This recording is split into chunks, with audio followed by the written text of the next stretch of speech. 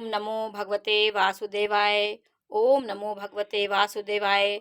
महालक्ष्मी नमस्तुभ्यं नमस्तुभ्यं सुरेश्वरी। हरिप्रिये नमस्तुभ्यं नमस्तुभ्यं दयानिधे। सरस्वती नमस्तुभ्यं वरदे कामरूपिणी।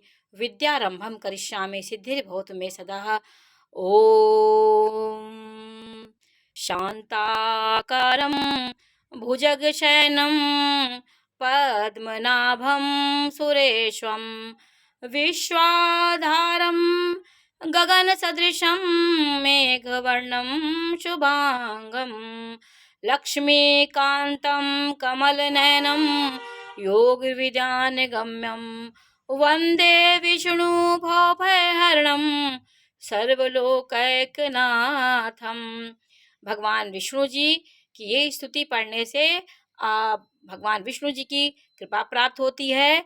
शांताकारम, शांत आकार, और भुजग शयनम, और शेष की शैया पे शयन करते हुए भगवान विष्णु जी को मैं नमन करती हूँ।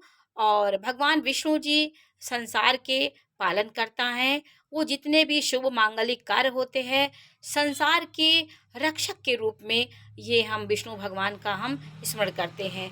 जितने भी सांसारिक क्रियाकलाप होते हैं, शादी विवाह मुंडन शुभ कर्म, सब विष्णु भगवान के ही निर्देशन में होते हैं।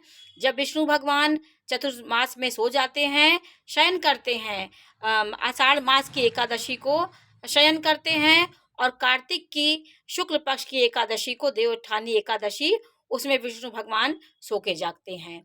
तब उनके सारे मांगलिक कार्य प्रारंभ हो जाते हैं। गृह प्रवेश, मुंडन, शादी विवाह, सब चीज जो मांगलिक कार्य होते हैं हो जाते हैं।